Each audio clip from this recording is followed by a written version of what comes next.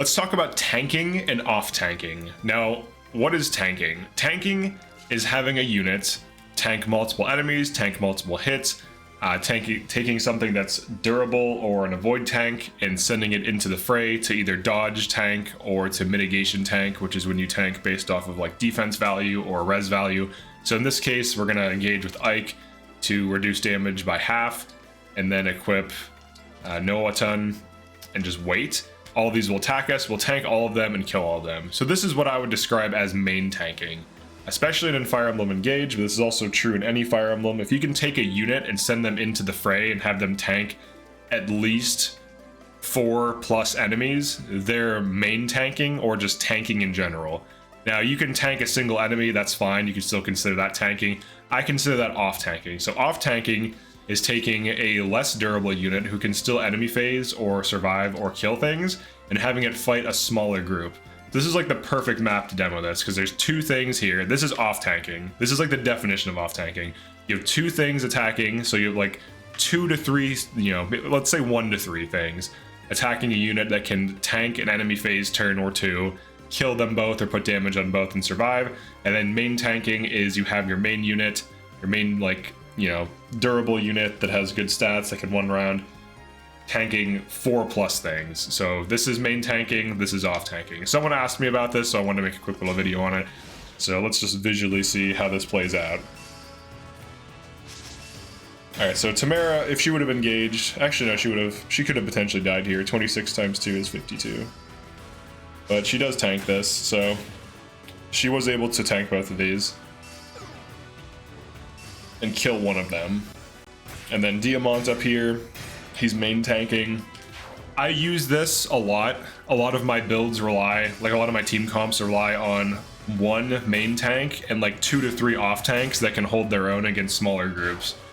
And the better they can hold their own against smaller groups, the better you can position your team, unless you're just warp skipping, of course. But essentially, having off tanks enables you to hold bad positions that other units couldn't hold because these off tanks are more durable or they bring something to the table that allows them to survive where other units would die. So being able to initiate and kill while surviving is pretty useful. Alright, so now in this situation, what I would do, I could just engage here.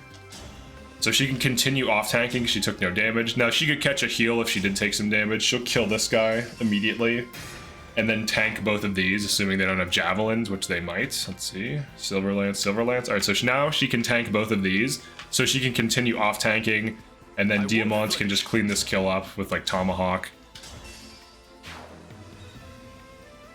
So that's the difference between the two. One, you have a huge, super unit that can tank tons of things. That's tanking, main tank, and then off tank is a unit who can tank smaller groups who can't tank larger groups, so they would die. And it's useful to have both. I would say you want like 1, maybe 2 main tanks if you can create them. Usually you're gonna have 1 main tank, and then the rest should be like off tanks that can tank smaller groups, because this game consists of occasional large groups and mostly small skirmishes. So like right now, these enemies are like split apart. These are gonna be pushing soon, so like this is, you could consider this like a small or medium group. These will be flying up soon. But now Tamara, she might be able to, she could probably tank these. Let's try it. So she can continue her journey of off tanking.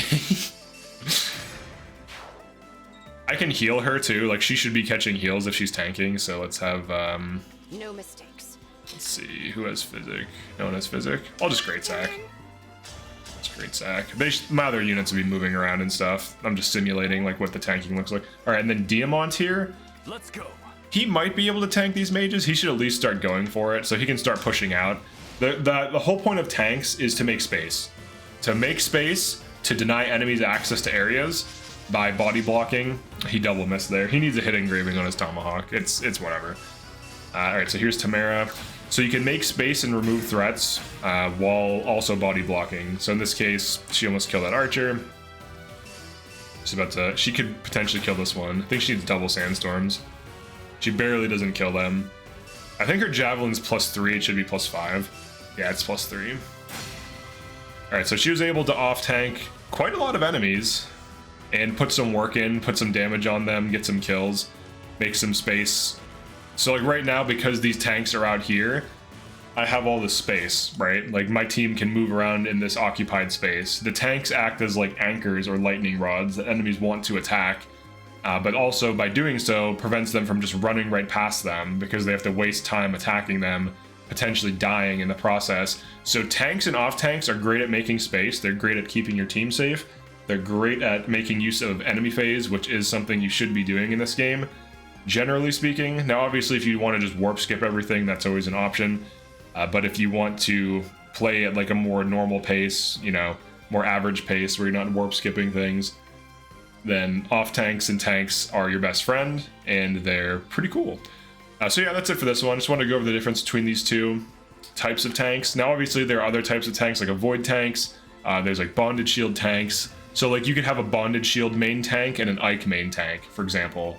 So you'd have a unit that always gets bonded and then a bonder with high avoid, which in this case, here's an example, plus 20 avoid passive from early game, tier 4 Wells and Marth passive, and then Makai engraving for plus 40 more avoid, so plus 60 avoid. And then when dual support triggers, I get insane avoid rates. So this Alir could bond something to make it a main tank.